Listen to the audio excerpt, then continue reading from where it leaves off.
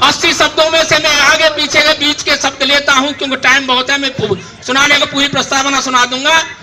कहते हैं कि व्यक्ति की गरिमा और राष्ट्र की एकता और अखंडता सुनिश्चित करने वाली बंधुता बढ़ाने के लिए हम अपनी संविधान सभा में आज इस संविधान को अधिनियमित, अंगीकृत और आत्मर्पित करते हैं।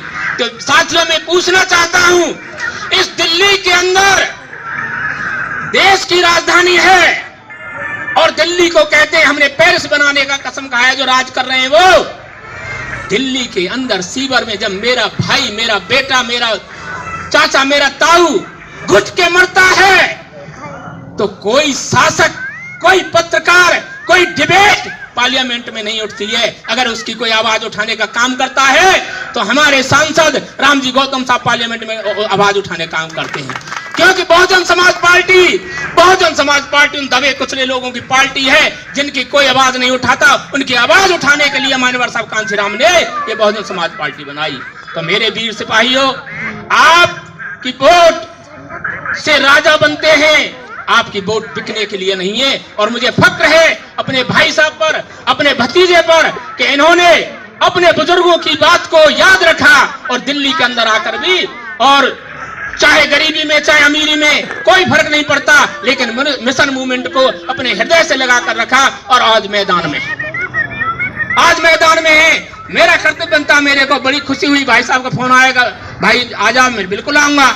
और मैं आपसे यही अपील करता हूं साथियों, नोटों से सरकार नहीं बनती।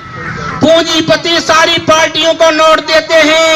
ये जो कट्टर ईमानदार बनते हैं, इनको भी 73 करोड़ रुपए पूंजीपतियों ने चंदा दिया है।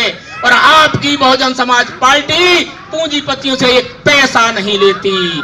आपके 10-10, 20-20, 2-2, 4-4, 100-100, 50-50 रुपए से चंदा करके ये बहुजन समाज पार्टी राष्ट्रीय लेवल की पार्टी संघर्ष कर रही है। और वोट वाले हम हैं, नोट वाले वो हैं। नोटों वालों का शासन हम नहीं चलने देंगे, वोटों वाला का शासन चलेगा।